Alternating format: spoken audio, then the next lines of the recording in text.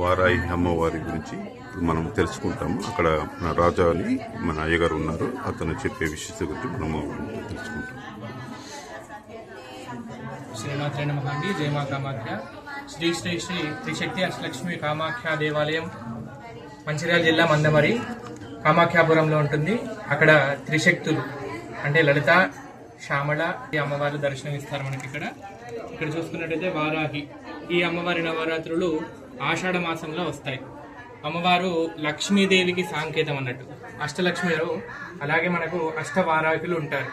వారాహిలలో సంతాన వారాహి, స్వప్న వారాహి, ఇట్లా అష్టవారాహిలు ఉంటారు అన్నట్టు. అమ్మవారిని కొలిస్తే సంతానం కానీ ఉద్యోగం కానీ ఎలాంటి ప్రాబ్లంతో అమ్మవారిని కొలిచినా కూడా అలాంటి కోరికలు నెరవేరుస్తూ ఉంటారు. కాబట్టి అమ్మవారికి బృహత్ వారాహి అని పేరు మన దేవాలయంలో.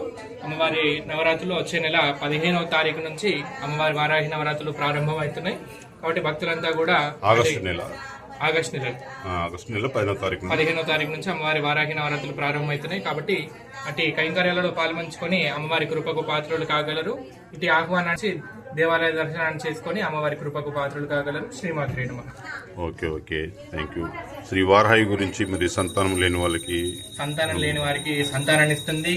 అలాగే ఉద్యోగం లేని వారికి ఉద్యోగాన్ని ఇస్తుంది. ఆరోగ్యం ఇస్తుంది. అట్లా అభయప్రదాయనిగా అమ్మవారి వారాహి దేవి ఇక్కడ ఉంటుంది.